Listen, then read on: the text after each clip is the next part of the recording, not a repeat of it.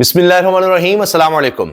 یہ ٹائٹینک ہے، موجودہ نظام، موجودہ حکومت ٹائٹینک ہے، اپنے پرائے سب کہہ رہے ہیں۔ 2024 کا سال کس کے لیے کامیابی کا سال رہا اور کس کے لیے ناکامی کا سال رہا؟ اس سال کا سب سے بڑا لوزر کون تھا؟ کس نے کیا کھویا، کس نے کیا پایا؟ یہ بھی بہت اہم ہے۔ لیکن اس کے ساتھ ساتھ آپ یہ دیکھیے کہ ابھی بھی عدالتوں میں کیا صورتحال ہے۔ کیوں کہا جا رہا ہے کہ عدالتیں آزاد نہیں ہیں؟ کہ حال یہ ہے کہ یہاں پر سپرنٹینڈنٹ جیل وہ کسی بھی جج سے زیادہ طاقتور ہے۔ اس کی ایک اور مثال سامنے آئی ہے، اور جن لوگوں نے یہ نظام تباہ کیا ہے، ہمارے ملک میں جو بچا کچا کسی طرح چل رہا تھا عدالتی نظام، ان کے ساتھ کیا ہوگا، یہ بھی ہم بات کریں گے۔ پہلے آپ سنیے کہ کامران مرتضیٰ صاحب سینیٹر ہیں، سینئر لائر ہیں، اور فضل الرحمان صاحب کے اہم ایڈوائزر کہہ لیں، جے یو آئی کے اہم رہنما تو ہیں ہی۔ وہ موجودہ حکومت کے بارے میں کیا کہہ رہے ہیں کہ جب ان سے کہا گیا آپ کی تو اب بڑی ان کے ساتھ بن گئی ہے، آپ کے کہنے پر مدارس رجسٹریشن بل بھی منظور کر لیا ہے، تو بڑی آپ کی باتیں مانی جا رہی ہیں، تو آپ حکومت میں شامل ہو جائیں گے؟ وہ کہتے ہیں سوال ہی پیدا نہیں ہوتا۔ وہ کہتے ہیں تو ٹائٹینک ہے، اور ٹائٹینک ایک جہاز تو بہت بڑا تھا لیکن ڈوب گیا تھا، تو ان کو لگ رہا ہے کہ یہ ڈوبنے والا ہے، ہم اس میں ساتھ شامل کیوں ہوں؟ لیکن اس ٹائٹینک سے ہر کوئی فائدہ اپنا جتنا اٹھانا چاہتا ہے یا اٹھا سکتا ہے وہ جلدی جلدی اٹھا رہا ہے۔ معاملات کافی جو ہے نیچے، اور یہ حکومت تو مطلب وہ پھر اس کے ساتھ ٹائٹینک میں جو ہے نا دوسروں کے ساتھ ہم ڈوب ہوتے ہیں۔ اس یہ حکومت ٹائٹینک ہے، جی ہاں۔ تو آپ کو آفر بھی نہیں کی کوئی نون لیگ یا حکومت نے؟ میری کوئی ایسی حیثیت نہیں کہ مجھے آفر کی جائے۔ جماعت کو اگر مولانا سے بات ہوئی تو مجھے نہیں پتا، مگر ایسی کوئی آفر نہیں۔ وہ کہتے ہیں کہ جی نہ تو ہم اس حکومت کا حصہ ہیں، نہ آئندہ شامل ہوں گے، اس سسٹم میں ہم نہیں آنا چاہتے۔ یہ کامران مرتضیٰ صاحب نے بات کہی ہے۔ حال یہ ہے کہ سیکورٹی اداروں کو دھمکیاں، عدالت نے سابق وزیر اعلیٰ گلگت بلتستان کو 34 سال قید کی سزا سنا دی ہے، اور جن جج صاحب نے سنائی ہے ان کے بارے میں اب رپورٹرز بھی کہتے ہیں کہ وہ چاہتے ہیں کہ بڑے ہو کر وہ بھی قاضی فائز صاحب بنے۔ اب ہر کوئی اسی دوڑ میں ہے۔ رپورٹرز رپورٹ کر رہے ہیں کہ اصل میں اب جس طرح دیکھا گیا ہے کہ عمران خان کو جو بھی سزا دیتا ہے اس جج کو بتا دیا جاتا ہے کہ اب آپ کو ترقی ملے گی، آپ کو ہائی کورٹ کا جج بنا دیا جائے گا، تو ہر جج اب کوشش کر رہا ہے کہ تحریک انصاف والوں کو تو ایسی سزائیں سنائے کہ بس وہ کہے کہ پچھلے سے زیادہ تھی۔ اب بیانات دینے پر 34 سال قید کی سزا سنائی، آپ سوچیے ذرا، اور 6 لاکھ روپے جرمانہ بھی کیا ہے، کیونکہ یہ قابو نہیں آ رہے تھے۔ سابق وزیر اعلیٰ گلگت بلتستان خالد خورشید صاحب یہ بہت اگریسو چل رہے تھے، بڑے بیانات دے رہے تھے، اور تحریک انصاف کے نوجوانوں کو متحرک کر رہے تھے، اس لیے یہ کام کیا گیا ہے۔ فواد چودھری نے بھانڈا پھوڑ دیا ہے۔ انہوں نے کیا یہ ہے کہ انسداد دہشت گردی عدالتوں کے انتظامی جج کو خط لکھ دیا ہے اور کہا ہے ذرا آپ، کیونکہ عدالتوں میں اب کیمرے لگے ہوتے ہیں، تو آپ ذرا وہاں سے سی سی ٹی وی فوٹیج ذرا منگوا کر دیکھ لیں۔ انہوں نے کہا ہے کہ جتنے بھی ججز ہیں انسداد دہشت گردی کے جج، وہ خلاف ضابطہ کارروائیاں کر رہے ہیں، یعنی نہ رپورٹرز کو آنے کی اجازت ہوتی ہے، نہ عام پبلک کو، کوئی اوپن ٹرائل نہیں ہو رہا۔ عمران خان کے خلاف تو جیل میں ٹرائل ہو رہے ہیں، ویسے بھی جو ٹرائل ہو رہے ہیں یا مقدمے لگ رہے ہیں تحریک انصاف والوں کے، ان میں ایک اور ہی کام چل رہا ہے۔ تو لہٰذا فیصل آباد اور راولپنڈی کی انسداد دہشت گردی عدالتوں میں اپنے خلاف مقدمات کے معاملے پر فواد چودھری نے انسداد دہشت گردی عدالتوں کے انتظامی جج جسٹس ملک شہزاد کو خط لکھا ہے۔ یہ خط انسداد دہشت گردی عدالتوں کی سی سی ٹی وی ریکارڈنگ اور دستاویزات کے حصول کے لیے لکھا گیا ہے کہ آپ ذرا یہ منگوا کر تو دیکھ لیں کہ یہاں پر کس طرح سے کیسز چلائے جا رہے ہیں، تاکہ سب کو پتہ لگ سکے۔ تو شہزاد صاحب جو ہیں پہلے ہائی کورٹ کے چیف جسٹس تھے، لاہور ہائی کورٹ کے، اور مریم صاحبہ اور پنجاب حکومت کی خواہش پر قاضی فائز صاحب نے ان کو سپریم کورٹ بلا لیا تاکہ یہاں سے جان چھوٹے۔ یہ انڈیپینڈنٹ ججز کو الیکشن ٹریبونل میں بھی لگا رہے تھے، باضمیر باکردار ججز کو، اور اسی طرح انسداد دہشت گردی کی عدالتوں میں بھی اس طرح کے ججز کو لگا رہے تھے۔ تو یہ سپریم کورٹ ان کو اس لیے بلا لیا گیا کہ ان سے جان چھوٹے، لیکن اب ان کو انتظامی جج لگایا گیا ہے، تو کم از کم وہ یہ دیکھ سکتے ہیں کون سا جج کیا کر رہا ہے انتظامی طور پر۔ دیکھتے ہیں کہ اس پر یہ کیا کرتے ہیں۔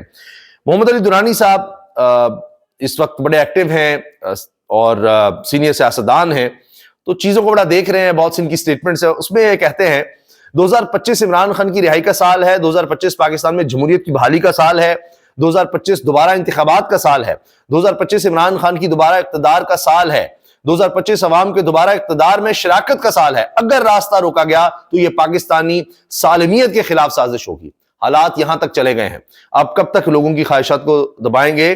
ان کو بھی رپورٹس مل رہی ہیں کہ اگر 2025 جو ہے وہ عمران کی رہائی کا سال ہے، 2025 جو ہے وہ پاکستان میں جمہوریت کی بحالی کا سال ہے، 2025 جو ہے وہ دوبارہ انتخابات کا سال ہے، 2025 جو ہے وہ عمران کے دوبارہ اقتدار کا سال ہے۔ اور یہ میں اس لیے آپ کو بتا رہا ہوں کہ یہ صرف یہ نہیں کہ اپوزیشن کی جماعتوں سے، میں فضل الرحمان صاحب بھی ہیں، چکزئی ہیں، دیگر ہیں، ان کے ساتھ ملاقاتیں ہو چکی ہیں، خفیہ میٹنگز ہو چکی ہیں، یہ اسٹیبلشمنٹ کی سیاست کو بھی سمجھتے ہیں۔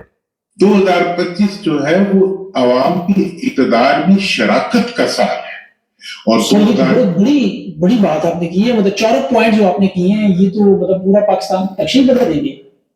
نہیں تو اور دیکھیں اب میں یہ بتا دوں کہ سبھی قاسمی نے کہا کہ یہ تو پاکستان کا نقشہ بدل دیں گے، یہ سارے معاملات، یہ جو آپ خبریں دے رہے ہیں، انہوں نے کہا کہ اگر اس کا راستہ روکا گیا تو یہ پاکستان کی سالمیت کے خلاف سازش ہوگی۔ عمران خان وکٹری کا نشان بنا کر نہیں، مکے کا نشان بنا کر جیل سے نکلیں گے، علیمہ خان صاحبہ نے کہا، عمران خان کی بہن نے۔ مکہ بنا کے نکلیں گے۔ نے کہا کہ خان صاحب وکٹری کا نشان بنانے کی بجائے ایک مکہ لہرا کر یہاں سے نکلیں گے، تو کیا آپ کے خیال میں تو کیا میسج کہہ رہے کہ عمران خان وکٹری نہیں، مکے کا نشان بنا کر اڈیالہ جیل سے نکلیں گے، جس طرح ان کو جب گولی لگی تھی اس کے بعد انہوں نے وہ نشان اس طرح سے بنایا تھا۔ اچھا، اب کچھ خفیہ ملاقاتوں کا ذکر کرتے ہیں۔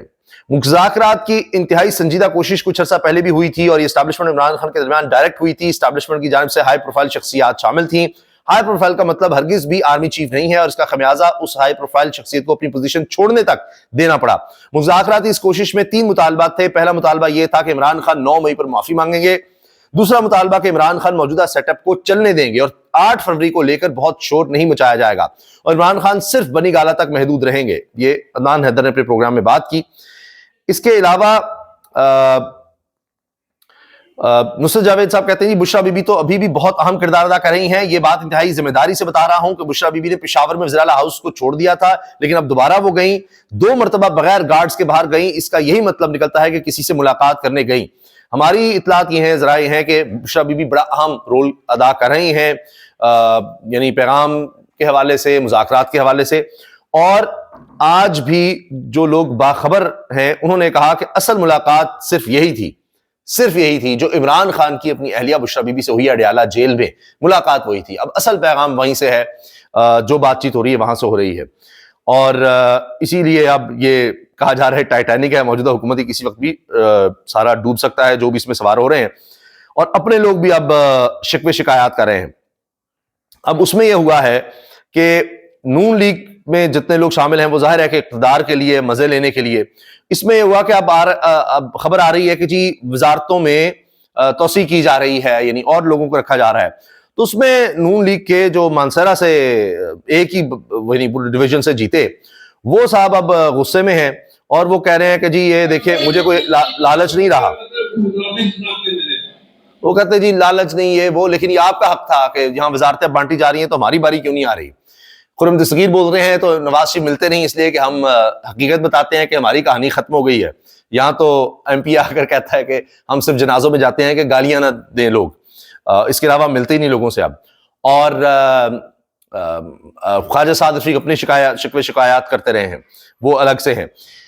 اب جناب 2024 کا سب سے بڑا لوزر کون ہے؟ ولن تو قاضی فائز عیسیٰ کو کہا جا رہا ہے۔ سال 2024 کے بڑے ولن قاضی فائز عیسیٰ تھے، انہوں نے عدلیہ کو نقصان پہنچایا، پی ٹی آئی کو سائیڈ سے لگانے میں ساتھ دیا، بلے کا نشان لیا، مخصوص نشستوں کے فیصلے پر عمل نہ ہونے کے پیچھے بھی ان کا رویہ تھا۔ ثاقب بشیر، اور پوری دنیا میں یہ بات مانی جاتی ہے کہ پاکستان کی تاریخ کے بدترین چیف جسٹس قاضی فائز عیسیٰ تھے۔ جو کچھ انہوں نے کیا، باہر جو جمہوریتیں ہیں ان کی طرف سے لکھا گیا کہ یہ کیا کیا ہے، تو اس طرح کا ایسا جج نہیں آیا پاکستان کی ہسٹری میں، اتنا بدنام اور اتنی تباہی جس نے جوڈیشری کی کر دی، اور جس کے بلبوتے پر پھر آپ نے دیکھا کہ آگے جا کر 26ویں آئینی ترمیم اور جو ججز کو بتاتے رہے یا حکومت کو بتاتے رہے اس میں۔ لیکن لوزر سب سے بڑا کون ہے؟ وہ ہے میاں نواز شریف، سب سے بڑے لوزر ہیں 2024 کے سیاسی طور پر، آپ دیکھیے۔ اور اب ان کی جماعت نون لیگ قاف لیگ سے بھی بدتر ہو گئی ہے، ان کا لگتا ہے کہ فری اینڈ فیئر الیکشنز ہوئے تو شاید وہ پنجاب کی دوسری بڑی جماعت بھی نہیں رہے گی، یہ ان کا حال ہو گیا ہے۔ اور 2024 میں بھی سب سے مقبول سیاستدان عمران خان رہے، اور 2023 سے زیادہ ان کی مقبولیت بڑھی ہے. اسی وجہ سے اب جو سوشل میڈیا ہے پی ٹی آئی کا, اس کے بارے میں یہ ویڈیو وائرل ہو رہی ہے. اون علی کھوسا کمیڈین ہیں, ان کے صرف ایکسپریشنز ہیں, لیکن اس کے اوپر کسی نے لکھ دیا ہے کہ P T I social media team اب 2025 میں کس طرح انٹر ہو رہی ہے, ذرا دیکھیے. وہ پریشان ہے, ان کے خلاف کیسز بنانا سب کچھ یہ لکھا ہوا ہے P T I social media team, اور خوف زدہ اور گھبرائے ہوئے. مگر آگے دیکھیے اب تو یہ جناب آپ نے دیکھ لیا, یہ بڑی اچھی ڈپکشن ہے. تو اس کو آپ میم کی صورت میں بھی کہہ سکتے ہیں. تو اون علی کھوسا بیچارے خود بڑی مشکل میں رہے, لیکن اس پر کوئی انہوں نے اس ویڈیو پہ کمنٹ انہوں نے خود نہیں کیا, لوگ اب اس کو جس طرح مرضی لیں. تو یہ واقعی اس وقت نظر آ رہا ہے کہ حکومت سب سے زیادہ پریشان سوشل میڈیا سے ہی ہے. تو اب ایک تو یہ بات نظر آ رہی ہے کہ آگے بھی سوشل میڈیا کا کردار بڑھنے والا ہے, مگر حکومت اس سے کس طرح نمٹے گی. اگر پھر انٹرنیٹ بند کرتے ہیں تو پاکستان, آپ اندازہ لگائیے کہ دوسرا بدترین ملک بن چکا ہے انٹرنیٹ کے حوالے سے, دوسرے نمبر پر ہے بدترین انٹرنیٹ کی بندش, اور پہلے نمبر پر غالباً میانمار ہے. اب ہمارا موازنہ اس سے ہو رہا ہے, اور اگلے سال اس کو مزید بند کریں گے تو ہم اس کو بھی پیچھے چھوڑ دیں گے. بہت یہ کہا جا رہا ہے بہت زیادہ فرق نہیں رہا, گھنٹوں کا ہی فرق ہے, کچھ سینکڑوں گھنٹوں کا. تو وہ یہ حکومت رہی تو وہ اس کو بھی پورا کر دے گی. سیکیورٹی کے حوالے سے بات کی جا رہی ہے کہ بدترین سالوں میں رہا 2024, بڑے افسوس سے کہنا پڑتا ہے. ہمارے سیکورٹی اہلکار بہت بڑی تعداد میں شہید ہوئے ہیں, عام شہری بہت زیادہ شہید ہوئے ہیں, اور دہشت گردوں کے خلاف جنگ جاری ہے, دہشت گرد بھی مارے گئے. لیکن یہ کہا جا رہا ہے کہ دہشت گردی کے خلاف جنگ میں جو بدترین سال گزرے ہیں ان میں ہی ہے 9 سال, پچھلے 9 سال کا موازنہ کیا جائے تو سب سے زیادہ شہادتیں اس سال ہوئیں 2024 میں. تو اسی سے آپ اندازہ لگائیے کہ کیا حالات اور کیا صورتحال ہے. باقی اکانومی کا تو یہ ہے کہ پہلی سمے میں 0.92% کہا جا رہا ہے کہ جی یہ اکانومی نے گرو کیا ہے. تو یہ تو بالکل تباہی ہے, یعنی انڈسٹری بند ہو گئی ہے, زراعت کا برا حال ہے, ہر سیکٹر کا برا حال ہے, اور آگے کوئی امید نظر نہیں آ رہی. تو اسی لیے شاید کہا گیا کہ جی یہ تو ٹائٹینک ہے جو ڈوب رہا ہے. پی ٹی آئی کارکن نادیہ کھٹر کو 21 جنوری تک گرفتار نہ کرنے کا حکم. تو کہیں کہیں یہ بھی نظر آتا ہے کہ عدالتیں 26ویں ترمیم کے باوجود کہیں نہ کہیں انصاف کی کوشش ضرور نظر آتی ہے, لیکن وہ کوئی خاص جگہ ہوں گی. مثال کے طور پر پشاور ہائی کورٹ نے پی ٹی آئی کارکن نادیہ کھٹر کو 21 جنوری تک حفاظتی ضمانت دی اور کسی بھی مقدمے میں گرفتار نہ کرنے کا حکم دیا ہے. اس لیے اب کوشش ہو رہی ہے, حکومت چاہ رہی ہے کہ مزید ججز بھرتی کیے جائیں, کیونکہ کہیں جو سپریم کورٹ کے ریگولر بینچز ہیں وہاں پر ان کو اپنے ججز اس طرح نظر نہیں آتے. انہوں نے آئینی بینچ تو بنا دیا ہے, حکومت کے پاس میجورٹی ہے. باقی ہائی کورٹس میں بھی, خاص طور پہ اسلام آباد ہائی کورٹ میں ان کو نظر آتا ہے کہ ہمارے ججز کم ہیں, اور اس لیے ہم نے اپنے ججز لگانے ہیں, وہ کنٹرول میں آ جائیں, ان کے پاس کیسز چلے جائیں. لاہور ہائی کورٹ میں بھی یوں کرنا ہے, پشاور ہائی کورٹ میں بھی کوشش کرنی ہے, بلوچستان میں بھی. تو اس نیت کے ساتھ کر رہے ہیں. تو دیکھتے ہیں کہ ان کے پاس وقت کتنا ہے, کیا ان کی یہ اسکیمیں یا یہ چالیں اور یہ سازشیں کامیاب ہوتی ہیں, یہ اتنی بڑی تعداد میں اپنے ججز لگا پاتے ہیں, یا پھر یہ بھی ہو جاتا ہے کہ لگا کر بھی اپنے ججز کچھ لگا دیں گے تو ان میں بھی کچھ ایسے شاید ہوں کہ کہیں کتنا ظلم ہم کریں گے, شاید کسی کے ضمیر جاگ جائے, تو کوئی پتہ نہیں ہوتا. ویسے تو انہوں نے پچھلے 3 سال میں کون سا ظلم ہے جو نہیں کیا, مگر آپ دیکھ لیجئے کہ اگر سیاسی طور پر دیکھا جائے تو لوگوں کو قائل کرنا ہوتا ہے اپنے ساتھ, اور لوگوں کے ذریعے پھر آپ نے اقتدار میں آنا ہوتا ہے. اس لحاظ سے تو بگیسٹ لوزر موجودہ نظام رہا ہے, موجودہ حکمران رہے. اللہ حافظ.